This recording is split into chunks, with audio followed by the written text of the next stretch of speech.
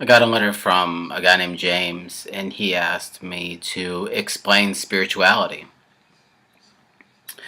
Well, the spiritual lifestyle, the spiritual life is yet again something that people usually have a different interpretation on. And I think I'm going to give you another one. I think the spiritual life is a journey. A journey is different than a place you come to for a lot of reasons. The spiritual life is a journey, not a destination. It's a place you travel to rather than a place you come to.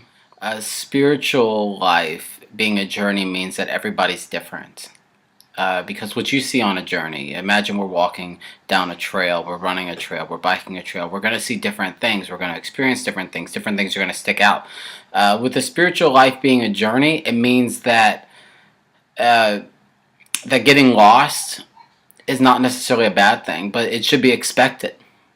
That stumbling, roadblocks, rocks and pebbles, whatever that may stop us and stunt us from moving forward, it's expected. But we will get back up. Human nature is to get back up. We never get down and get knocked down and say, well, we're going to stay down, because human nature is to get back up. The spiritual life is something we are going to walk to and come into. And you see this throughout the Bible, especially the New Testament. You see this words of pursuing, of walking out, or coming to. You see the wording that is perfect.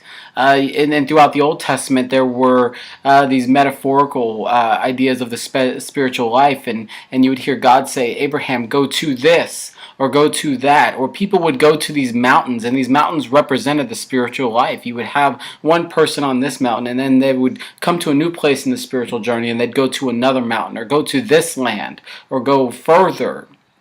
And I think that is what the spiritual life is all about.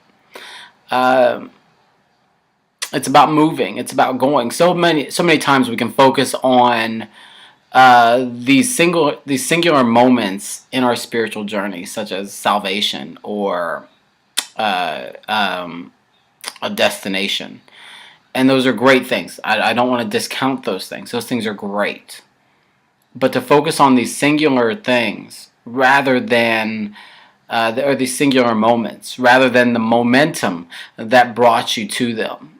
And the spiritual life is different. It is very different. The Bible says that our relationship with God is holy. People usually put holy as a standard, but holy is not a standard. The Hebrew word for holy is often translated as to be set apart. Being set apart is not necessarily a standard, but a request and an obligation for you to be different, to set yourself apart from other people, to be different than other people. It is a celebration of the uniqueness that is you. That's what being holy is. And being holy on your spiritual journey means embracing the fact that your spiritual journey is different than his spiritual journey. That is why we need community. That is why in Hebrews it says, do not forsake the assembling of the saints, because we need each other, because he's down the road farther than I am. I can't comment on his journey because his journey is not like mine, but he can assist me with my journey because he may be farther. And that is what discipleship is. Discipleship means there's somebody running in front of me, there's somebody running in back of me, there are two people running on the side of me. And when I have that person in front of me, he can shout out good things like, hey, watch out for that rock. Hey, watch out for that stick. Person in the back, if I were to fall, they may be able to catch me.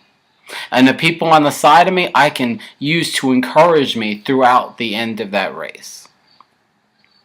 So I think salvation in my life, in the spiritual journey in my life, is primarily that of a journey. It's something to walk. It's something to ride out.